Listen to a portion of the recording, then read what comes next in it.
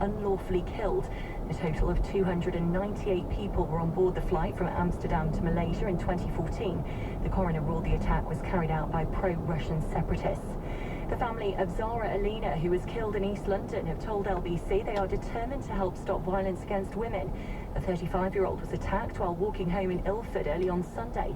Farah Naz has described her niece as being the happiest she'd ever been before she died. This is about saying we have an entitlement to walk. We have an entitlement to be safe. A man has appeared at the Old Bailey charged with Zara's murder. Julian Assange has submitted an appeal at the High Court against a decision to send him to the US.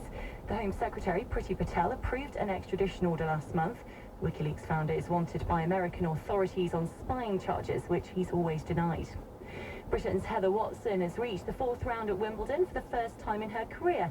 Cameron Norrie also hopes to go further than he's ever been at the All England club when he faces Steve Johnson on centre court.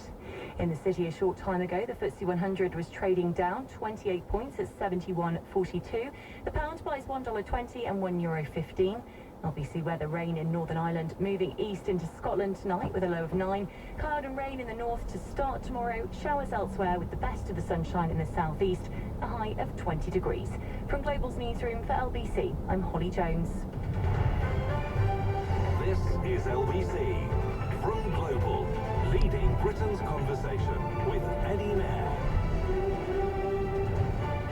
Welcome to the show. We'll talk much more about Chris Pincher and what's going on in the Conservative Party after 5 o'clock. Theo Usherwood will be here, and this being Friday, Simon Marx's American Week is live at 4:45. Right now, I want to talk about something, a conversation that Tony Blair has started.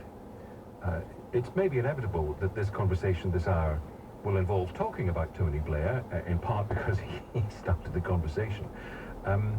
But I suppose I don't particularly want the conversation to be about him, because we know he's a divisive figure in the Labour Party, the Labour movement, the wider country and the world. There are those in Labour who still revere Tony Blair, hail his multiple election-winning successes, some of the changes he instituted in Britain, and still think he is a fine example of what a Labour Prime Minister should be.